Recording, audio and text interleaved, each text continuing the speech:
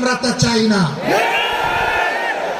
আমরা ভদ্র, কিন্তু আমরা বোকা নই।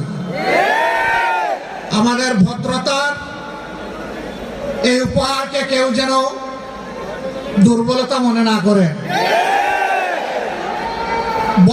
ভদ্ররা যখন শক্ত হয়, তখন কি পরিমাণ শক্ত হতে পারে 15.5 বছর তা বাংলাদেশ দেখেছে।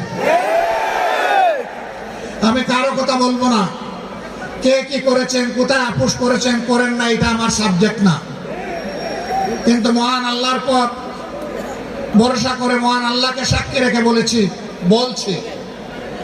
15.5 বছর মহান আল্লাহর দেওয়া শক্তির কারণে, মহান আল্লাহকে ভয় করার কারণে বাংলাদেশ জামাতে ইসলামী কোনো অপশক্তির কাছে কখনো মাথা নত করেননি।